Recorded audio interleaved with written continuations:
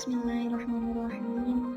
Assalamualaikum warahmatullahi wabarakatuh. Subahul khair. Selamat pagi anak-anak. Bagaimana kabarnya hari ini? Alhamdulillah. Nah anak-anak, hari ini belajar bersama Ustazah Ana.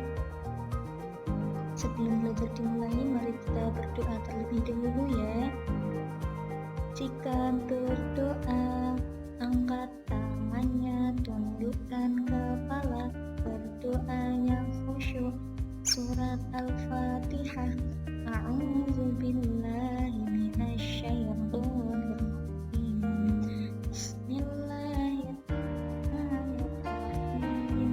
Alhamdulillahi rabbil alamin. Ar-Rahmanir Rahim.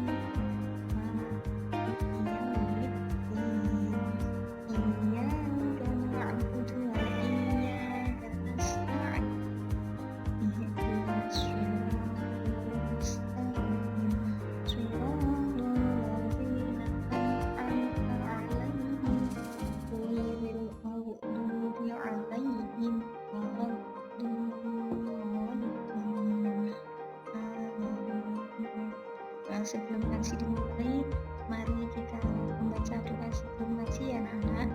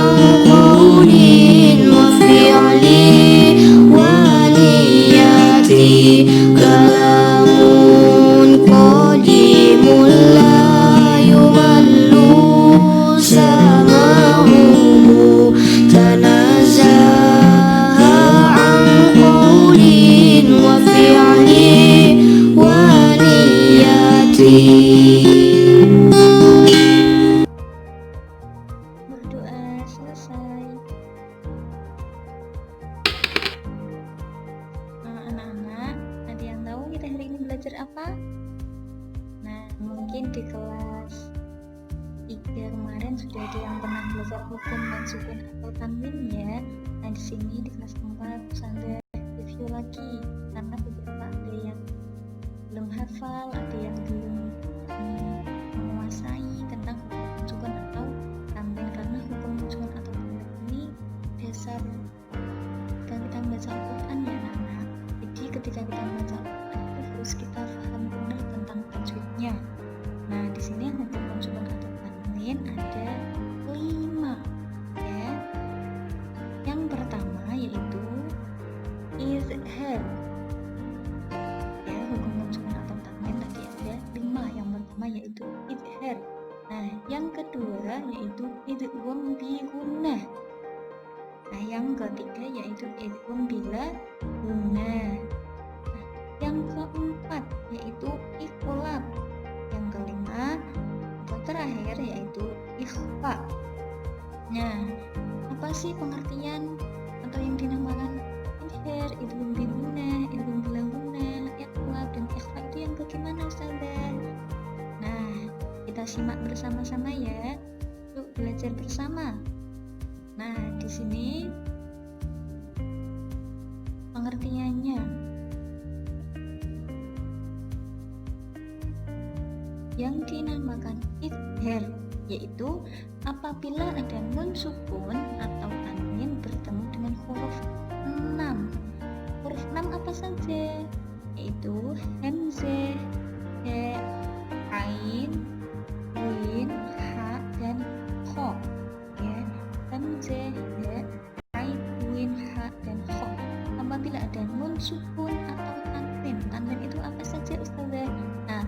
ada fathatain, kasrotain, dan dhammatain. Nanti Ustazah kasih contohnya di belakang ya. Nah, hukum nun sukun atau tanwin yang kedua yaitu idgham bi gunnah. Nah, yang dinamakan idgham bi gunnah yaitu apabila ada nun sukun atau tanwin. Ya, ini anak-anak, apabila ada nun sukun atau fathatain, kasratain, atau dhammatain bertemu dengan huruf 4 yaitu huruf ya, nun, mim, dan wawu. Ya, apabila ada nun sukun atau tanwin bertemu dengan salah satu huruf 4 ini dinamakan bacaan idgham bi gunnah. Nah, cara membacanya bagaimana? Untuk idgham bi gunnah cara membacanya yaitu dilebur dan didengung. Ya, bacanya nanti dengung. Santai contohkan nanti. Nah, kalau bacaan idhar cara membacanya yaitu jelas. Nah, pada pertemuan kali ini kita hanya membahas tentang idhar dan idgham bi gunnah saja. Untuk hukum nun sukun atau tanwin yang selanjutnya yaitu idgham bila gunnah, iqlab, dan ikhfa kita bahas dan kita belajar bersama-sama pada pertemuan selanjutnya ya anak-anak. Ya. Nah, contohnya yaitu kita masuk ke contoh ya anak-anak. Contoh bacaan idhar. Di sini ada sedikit penjelasan tentang idhar ya. Idhar artinya yaitu jelas menurut bahasa. Nah, menurut istilah idhar itu apabila ada nun mati atau tanwin. Nun mati itu sama dengan nun sukun ya anak-anak. Nun sukun atau tanwin bertemu dengan salah satu huruf idhar. Itu hamzah, ha, ho, ain, dan ha. Contohnya apa? Contohnya bagaimana? Nah, di sini Ustazah contohkan ya. Di sini ada lafal min haitsu. Nah, ada nun sukun bertemu dengan huruf apa ini anak-anak? Huruf H, pinter. Nun sukun bertemu dengan huruf H, dibacanya jelas. Min haitsu, tidak boleh dibaca dengung. Min haitsu, tidak boleh. Bacanya jelas. Min haitsu. Nah, di sini contoh yang kedua, Ustazah contohkan ada tanwin. Ini apa namanya? Anak-anak harokatnya dhammatain. Bertemu dengan huruf apa ini anak-anak? Huruf H, ya, dhammatain bertemu dengan huruf H. Salamun, iya, dibaca jelas. Salamun, iya. Salamun, iya, bukan salamun, iya. Salah, nggak boleh ya anak-anak. Jika ada nun sukun atau tanwin bertemu dengan huruf H, dibaca jelas. Ya. Untuk contoh yang selanjutnya, tanwin bertemu hamzah, bertemu ha, bertemu kho, dan lain sebagainya yang bertemu, pokoknya hurufnya yang bertemu dengan nun sukun atau tanwin bertemu hamzah, ha, kho, ain, dan ha dinamakan bacaan idhar, dibaca jelas ya anak-anak. Nah, contoh hukum non sukun atau tanwin yang kedua yaitu idgham bi gunnah. Idgham artinya meleburkan dan gunnah artinya mendengung. Cara membacanya dibacanya nanti dengung ya anak-anak. Nah, di sini yaitu apabila ada nun sukun atau tanwin bertemu dengan salah satu huruf idgham bi gunnah. Nah, huruf idgham bi gunnah tadi ada 4. Ini salah ya anak-anak, maksudnya huruf idgham bi gunnah bukan huruf idhar ya anak-anak. Maaf. Salah ya. Nah, di sini ada huruf ya, nun, mim, dan wawu. Huruf idgham bi gunnah ada 4 yaitu ya, nun, mim, dan wawu. Itu. Nah, sini Ustazah contohkan. May yaqulu. Di sini terdapat huruf nun sukun bertemu dengan huruf apa ya anak-anak? Huruf ya, pinter. Nah, nun sukun bertemu dengan huruf ya. Cara membacanya dimasukkan ke huruf setelahnya atau huruf ya. May yaqulu. Ya, nggak boleh man yaqulu, tidak boleh dibaca jelas, bacanya harus dengung. Contoh yang kedua, miwaroi. Nun sukun bertemu dengan huruf wawu. Ya, nun sukunnya dimasukkan ke huruf wawunya. Miu, ya, miu, bukan min tapi miu. Nah, contoh lain yaitu tanwin bertemu dengan huruf ya. Dhammatain bertemu dengan nun. Amilatun nasibah.